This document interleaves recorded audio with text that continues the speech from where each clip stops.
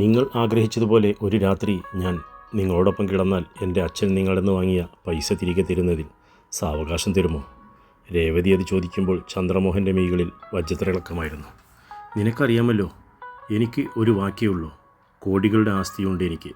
ഒരു രാത്രി, ഒരേ ഒരു രാത്രി നീ അതിന് സമ്മതിച്ചാൽ നിൻ്റെ അച്ഛൻ തരാനുള്ള 4 ലക്ഷം ഞാൻ വെട്ടിച്ചുരുക്കി 2 ലക്ഷമാക്കും. മാത്രമല്ല സാവകാശവും തരും.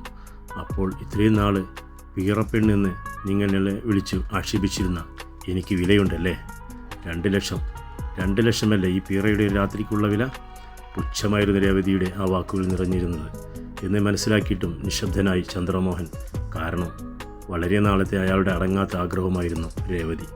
ശരി, എനിക്ക് സമ്മതം, വൈകിക്കേണ്ട. ഇന്ന് തന്നെ, ഇന്നത്തെ രാത്രി ഞാൻ നിങ്ങളോടൊപ്പം ഉറങ്ങാൻ തയ്യാർ. ചാടിത്തുള്ളണമെന്ന് തോന്നിപ്പോയി ചന്ദ്രമോഹൻ. അപ്പോൾ പക്ഷേ ആവേശം ഉള്ളിലടക്കി അയാൾ. സമ്മതമെങ്കിൽ രാത്രി 11-ന് റെഡിയായി നിൽക്കണം. എൻ്റെ ആൾ വണ്ടിയുമായി വരും എന്നെ കൂട്ടാൻ. നേരെ തോട്ടത്തിൽ എസ്റ്റേറ്റിൽ. അവിടെയാണ് ഇന്നത്തെ നമ്മുടെ രാത്രി. സമ്മതം. അത്രമാത്രം പറഞ്ഞുകൊണ്ട് രേവതി തിരിഞ്ഞു നടന്നു. അടങ്ങാത്ത സന്തോഷത്തിൽ പല്ലുകൾ ഞെരിച്ചു ചന്ദ്രമോഹൻ.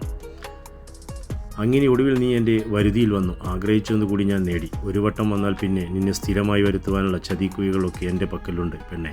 തീർത്തു തരാം നിൻ്റെ അഹങ്കാരം. വഷളഞ്ചേരിയോടെ വേഗത്തിൽ തൻ്റെ കാറിലേക്ക് കയറി വീട്ടിലേക്ക് പാഞ്ഞു അയാൾ. എന്നാൽ ആ സമയം തിരികെ നടന്ന രേവതിയുടെ മെയ്കൾ തുളുമ്പുകയായിരുന്നു. ഗതികെട്ട് ഒടുവിൽ തൻ്റെ മാനവും പോലും വിലവേശേണ്ടി വന്ന ആ സാഹചര്യത്തെ വെറുത്തു അവൾ. കുട്ടിക്കാലത്ത് തന്നെ അമ്മ മരണപ്പെട്ട രേവതിക്ക് എല്ലാം അവളുടെ അച്ഛൻ സുധാകരനായിരുന്നു. ഡ്രൈവറായിരുന്ന അയാൾ പൊന്നുപോലെയാണ് തൻ്റെ മകളെ നോക്കി വളർത്തിയത്. മകൾ വലുതായി വന്നപ്പോൾ അടച്ചുറപ്പുള്ളൊരു വീട് വേണമെന്ന സാഹചര്യത്തിലാണ് ചന്ദ്രമോഹൻ്റെ കയ്യിൽ നിന്നും പൈസ പലിശക്കെടുത്ത് അയാൾ വീട് പണി ആരംഭിച്ച്. കയ്യിലുള്ള ചെറിയ സമ്പാദ്യവും ഒപ്പം പലിശപ്പണവും കൂടി ആയപ്പോൾ വേഗത്തിൽ അയാൾ പുതിയ വീടിൻ്റെ പണികൾ പൂർത്തിയാക്കി. എന്നാൽ പെട്ടെന്നുണ്ടായ ഒരു അറ്റാക്ക് ആണ് എല്ലാം തകർത്തത്. ശാരീരികമായി വല്ലാതെ ക്ഷീണിച്ചു പോയ സുധാകരന് പിന്നീട് ജോലിക്ക് പോകുവാൻ കഴിയാത്ത സാഹചര്യമായി. ഡിഗ്രി വിദ്യാർത്ഥിനിയായിരുന്ന രേവതി അന്നു മുതൽ പഠിത്തം നിർത്തി അടുത്തുള്ള ഒരു ടെക്സ്റ്റൈൽസിൽ ജോലിക്ക് പോയി തുടങ്ങി. ഇന്നിപ്പോൾ ആ തുച്ഛമായ വരുമാനമാണ് അവരുടെ ജീവിതമാർഗം. അതിനിടയിലാണ് പലിശയും കൂട്ടുപലിശയും ചേർന്ന് വാങ്ങിയ തുക ഇരട്ടിയാക്കി ഒരു കണക്കുമായി ചന്ദ്രമോഹനൻ്റെ വരവ്. ബഹളം വെച്ച് അവരെ വീട്ടിൽ നിന്ന് ഇറക്കിവിടുവാനായിരുന്നു ചെന്നതെങ്കിൽ രേവതിയെ കണ്ട മാത്രയിൽ സകല ദേഷ്യവും കെട്ടടങ്ങി. അത് സുന്ദരിയായ അവളിൽ അയാൾ അത്രമേൽ ആകൃഷ്ടനായിപ്പോയി. ആവശ്യം അറിയിച്ചപ്പോൾ ആട്ടിയിറക്കുകയാണ് രേവതി ചെയ്തത്. പിന്നീട് അങ്ങോട്ടുള്ള നിരന്തര പരിശ്രമങ്ങൾക്കും ഭീഷണികൾക്കും ഒടുവിൽ ഗത്യന്തരമില്ലാതെയാണ് ഇപ്പോൾ രേവതി അയാളുടെ ആഗ്രഹത്തിന് സമ്മതമൊഴിയത്. വീട്ടിലേക്ക് നടക്കവേ അവളുടെ വിഷമം കൂടി വന്നു. ചന്ദ്രമോഹനോട് വല്ലാത്ത അറപ്പായിരുന്നു അവൾക്ക്. നാട്ടിൽ അയാളുടെ പേര് അത്രയ്ക്കുണ്ട്. അയാൾക്കൊപ്പം ഒരു രാത്രി അത് ചിന്തിക്കാവുന്നതിനപ്പുറമായിരുന്നു രേവതിക്ക്. എൻ്റെ ഒരു ഗതികേട്, ചത്ത് കളഞ്ഞാൽ മതിയായിരുന്നു. മേനീർ തുടച്ചും കൊണ്ട് അമർഷത്തോടെ പിറുപിറുത്ത് അവൾ വീണ്ടും അച്ഛനെ മനസ്സിലോർക്കവേ ആ ദേഷ്യം അടങ്ങി. വീട്ടിലേക്ക് ചെന്ന് കയറുമ്പോൾ ഉമ്മറത്ത് തന്നെയുണ്ടായിരുന്നു സുധാകരൻ. രേവതിയെ കണ്ട പാടെ വെപ്രാളത്തിൽ അയാൾ കയ്യിൽ നിവർത്തി വെച്ചിരുന്ന പത്രം പിന്നിലേക്ക് ഒളിപ്പിച്ചു. എന്നാൽ കണ്ട മാത്രത്തിൽ തന്നെ രേവതി കാര്യം മനസ്സിലാക്കിയിരുന്നു. സുധാകരൻ പരുങ്ങുകയായിരുന്നു. അവരുടെ മെയ്കളിൽ നിന്ന് രോഷം മെരിഞ്ഞു. അച്ഛന് ഇനിയും മതിയായില്ലല്ലേ? കടം കയറി മനുഷ്യന് മാനം പോണ അവസ്ഥയിലായി. അന്നേരവും അച്ഛൻ ഈ ലോട്ടറി എടുത്ത് കാശ് കളഞ്ഞേ പറ്റൂല്ലേ? ആ ചോദ്യത്തിന് മുന്നിൽ ഒന്ന് പതറി സുധാകരൻ. അത് മോളെ, അത് അടിച്ചാൽ നമ്മൾ രക്ഷപ്പെടില്ലേ? കഷ്ടപ്പെട്ടൊക്കെ മാറില്ലേ? അപ്പോൾ അടിക്കും. എത്ര പറഞ്ഞാലും മനസ്സിലാകില്ലല്ലേ? അച്ഛനും അടുത്ത മനുഷ്യന് ഇത്തവണത്തെ ഓണം ബമ്പറും എടുത്തില്ലേ? അച്ഛൻ റൂമിൽ കൊണ്ട് ടിക്കറ്റ് 500 രൂപയാണ് പോയത്. ആ പൈസ ഉണ്ടായിരുന്നു നമുക്ക് ഒരാഴ്ച കഴിയാമായിരുന്നു. നിറഞ്ഞു തുളുമ്പിയ മെയ്കൾ തുടച്ചുകൊണ്ട് രേവതി ഉള്ളിലേക്ക് കയറവേ ആകെ വിഷമത്തിലായി സുധാകരൻ. മോളെ, അച്ഛൻ ഒന്നിനും കൊള്ളാത്തവനായില്ലേ? നീ ഇങ്ങനെ കിടന്ന് കഷ്ടപ്പെടുന്നത് കാണുമ്പോൾ എങ്ങനെയും നിന്നെ ഒന്ന് രക്ഷപ്പെടുത്തുവാനാണ് ഞാൻ. എന്നെക്കൊണ്ട് ഇതല്ല പറ്റൂ ഈ അവസ്ഥയിൽ. അയാളുടെ വാക്കുകൾ വിറയ്ക്കുന്നുണ്ടായിരുന്നു. ഉള്ളുപിടഞ്ഞുള്ള ആ വാക്കുകൾക്ക് മുന്നിൽ പിന്നെ കയർത്തു ഒന്നും പറഞ്ഞില്ല രേവതി. പക്ഷേ അവളുടെ ഉള്ളിലെ വിങ്ങൽ അത് അടക്കാവുന്നതിലും അപ്പുറമായിരുന്നു. അച്ഛാ, അയാൾ ആ ചന്ദ്രമോഹനെ കണ്ടു ഞാൻ. ഇനി എത്ര നാൾ പിടിച്ചു നിൽക്കാൻ പറ്റുമെന്നറിയില്ല. ആ വാക്കുകൾ കേൾക്കെ പതിയെ എഴുന്നേറ്റ് സുധാകരൻ. മോളെ, ഈ വീട് വിറ്റ് അയാളുടെ കടം തീർത്തി എവിടേക്കെങ്കിലും പോവുക. അത്രമാത്രമേ നമ്മുടെ മുന്നിൽ ഒരു വഴിയായിട്ടുള്ളൂ. പക്ഷേ അതിന് വസ്തുവിൻ്റെ പ്രമാണം വേണ്ടേ? അത് അയാളുടെ പക്കലല്ലേ? ആലോചിക്കുമ്പോൾ എന്ത് ചെയ്യണമെന്നറിയില്ല എനിക്ക്.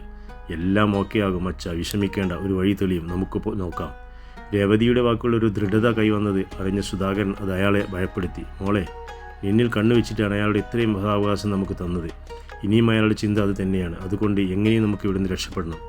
എവിടെ പോകും അച്ഛാ? എവിടേക്ക് പോയാലും കാശ് വേണ്ടേ? ചിലവിന് നമ്മളൊരു ഗതി ഇല്ലാത്തവർ എന്തു ചെയ്യും?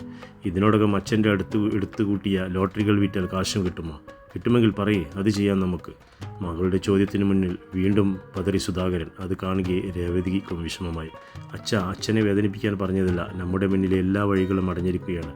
ഇനിയിപ്പോൾ ഗത്യന്തരമില്ലാതെ അയാളുടെ മുന്നിൽ സമ്മതം മൂളേണ്ടി വന്നാൽ അത് ചെയ്തിട്ടായാലും നമുക്ക് ഇവിടെ നിന്ന് പിടിച്ചു നിൽക്കണം. വേറെ വഴിയില്ല അച്ഛാ. അത്രയും പറഞ്ഞുകൊണ്ട് രേവതി മുറിയിലേക്ക് പോകുമ്പോൾ അവൾ എന്തോ മനസ്സിൽ ഉറപ്പിച്ചിട്ടുണ്ടെന്ന് മനസ്സിലാക്കി സുധാകരൻ ആ തിരിച്ചറിവ് അയാളെ കൂടുതൽ ഭയപ്പെടുത്തി. ഭഗവാനെ കാത്തോളനെ. പ്രാർത്ഥനയോടെ അയാൾ പതിയെ തൻ്റെ മുറിയിലേക്ക് പോയി. അച്ഛൻ്റെ ഓണം ബമ്പർ ഇന്നലെ നറുക്കെടുപ്പ്. ഉച്ചയ്ക്ക് ചോറ് വിളമ്പുന്നതിനിടയിൽ രേവതി ചോദിക്കുമ്പോൾ മൗനമായി ഒന്ന് പുഞ്ചിരിച്ചു സുധാകരൻ. ശവത്തിൽ കുത്തരുത് എന്നൊരു ഭാവവും ആ ചിരിയിലടങ്ങുന്നു. അച്ഛാ, പ്രൈസ് അടിച്ചാൽ എനിക്കെന്ത് വാങ്ങിത്തരും? രേവതി വീണ്ടും ചോദ്യങ്ങൾ ആവർത്തിച്ചു. അടിച്ചാൽ നിനക്ക് നല്ലൊരു നെക്ലേസ് വാങ്ങും. ആദ്യം മോള് പണ്ട് കുറേ ആഗ്രഹിച്ചതല്ലേ? ചെറുപുഞ്ചിരിയുടെ ആഹാരം കഴിച്ചു കഴിഞ്ഞ് എഴുന്നേറ്റ് സുധാകരൻ. ഈ പറഞ്ഞതൊക്കെ ഓർമ്മ ഉണ്ടായിരുന്നാൽ മതി. ഇപ്പോൾ തന്നെ അടിക്കും കാത്തിരുന്നു. രേവതിയുടെ കുത്തിനുള്ള ആ കമൻറ്റിന് പുഞ്ചിരി മാത്രം മറുപടി നൽകി അയാൾ. അല്പസമയം സെറ്റിയിലിരിക്കവേ അയാളുടെ മെയ്കളിൽ ഉറക്കം വന്നു മൂടി. അറിയാതെ ഉച്ചുറക്കത്തിലേക്ക് ആണ്ട് സുധാകരൻ. കുറച്ചു സമയം അങ്ങനെ ഇരിക്കവേ പെട്ടെന്ന് ലോട്ടറി ഏജൻറ്റ് അശോകൻ ഓടിപ്പിടിച്ചെത്തി. സുധാകരേട്ടാ. ഉച്ചത്തിൽ അയാൾ വിളിക്കുമ്പോൾ അത് കേട്ട് ആദ്യം പുറത്തേക്ക് വന്നത് രേവതിയാണ്. പിന്നാലെയാണ് സുധാകരനും എത്തിയത്. എന്താ അശോക? ചേട്ടാ അടിച്ചു. നിങ്ങൾ ബമ്പറിൽ ഫലം നോക്കിയില്ലേ? ഫസ്റ്റ് അടിച്ചേക്കുന്ന ടിക്കറ്റ് ഞാൻ വിറ്റതാ. അതും നിങ്ങൾ കോടിപതിയായി സുധാകരേട്ടാ. ഒപ്പം ഞാനും രക്ഷപ്പെട്ടു. ഒറ്റവാക്കിൽ അശോകൻ പറഞ്ഞു നിർത്തിയപ്പോൾ കേട്ടത് കാതുകളിൽ മുഴക്കമായിരുന്നു. സുധാകരനും രേവതിക്കും വിശ്വസനീയമായി. അവർ നോക്കി നിൽക്കുന്നത് കണ്ട് ആവശ്യത്തോടെ തൻ്റെ കയ്യിലെ പേപ്പർ എടുത്ത് അശോകൻ. വീഴ്ച നോക്കണ്ട, സത്യമാണ് ചേട്ടാ. അതേ നോക്ക് റിസൾട്ട് 243647. ഞാൻ ഇത് അവസാനം നിങ്ങൾക്ക് വിറ്റ ടിക്കറ്റാണ്.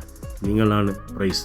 സുധാകരൻ ഓടി മുറിയിലേക്ക് പോയി ലോട്ടറി ടിക്കറ്റ് എടുത്തു വന്നു. അത് ചേർത്ത് വെച്ച് ആ പേപ്പറിലേക്ക് നോക്കവേ പതിയെ രേവതിയും സുധാകരനും ആ സത്യം മനസ്സിലാക്കി. അതെ, ആ ഒറ്റ നിമിഷം കൊണ്ട് തങ്ങൾ കോടിപതിയായിരിക്കുന്നു. ഉള്ളിലെ വികാരം എന്താണെന്ന് പറയാൻ കഴിയാത്ത പൊട്ടിക്കരഞ്ഞു പോയി രേവതി. അമിതമായ ആനന്ദത്തിൽ മകളെ വാരിപ്പുണർന്ന സുധാകരൻ. ഭഗവാൻ കാത്തു, നമ്മൾ രക്ഷപ്പെട്ടു മോളെ. പൊട്ടിക്കരഞ്ഞു പോയി അയാളും രേവതിയും സന്തോഷത്താൽ കരയുകയായിരുന്നു. നിങ്ങൾ മാത്രമല്ല, ഞാനും രക്ഷപ്പെട്ടു സുധാകരേട്ടാ. എനിക്കും കിട്ടൊരു നല്ല തുക കമ്മീഷനായിട്ട്. അശോകൻ ഏറെ സന്തോഷത്തിലായിരുന്നു. പിന്നെ പതിയെ നാട്ടുകാരായി ചാനലുകാരായി വാർത്തകളിലായി അവരുടെ ജീവിതം മാറിമറിഞ്ഞു. എല്ലാവരും ഒക്കെയും അസൂയയും നോക്കി കാണുമ്പോൾ ഒരാൾ മാത്രം ചങ്കുപൊട്ടുന്ന വേദനയുടെ ആ വാർത്തകൾ കണ്ടിരുന്നു. മറ്റാരുമല്ല, ചന്ദ്രമോഹൻ.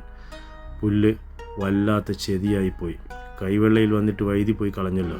കുറച്ചുകൂടെ മുന്നേ കാര്യങ്ങൾ നടത്തി എടുക്കേണ്ടതായിരുന്നു. അടങ്ങാത്ത നിരാശയിൽ പിറുപിറുത്തും കൊണ്ട് അയാൾ വീട്ടിൽ വന്ന ബന്ധുക്കളായിരുന്നു. നാട്ടുകാരും ചാനലുമാരൊക്കെ ഒന്ന് ഒഴിവേ പതിയെ സുധാകരനിലേക്ക് ചെന്നു. രേവതി, എൻ്റെ നെക്ലേസ് അത് മറക്കരുത്.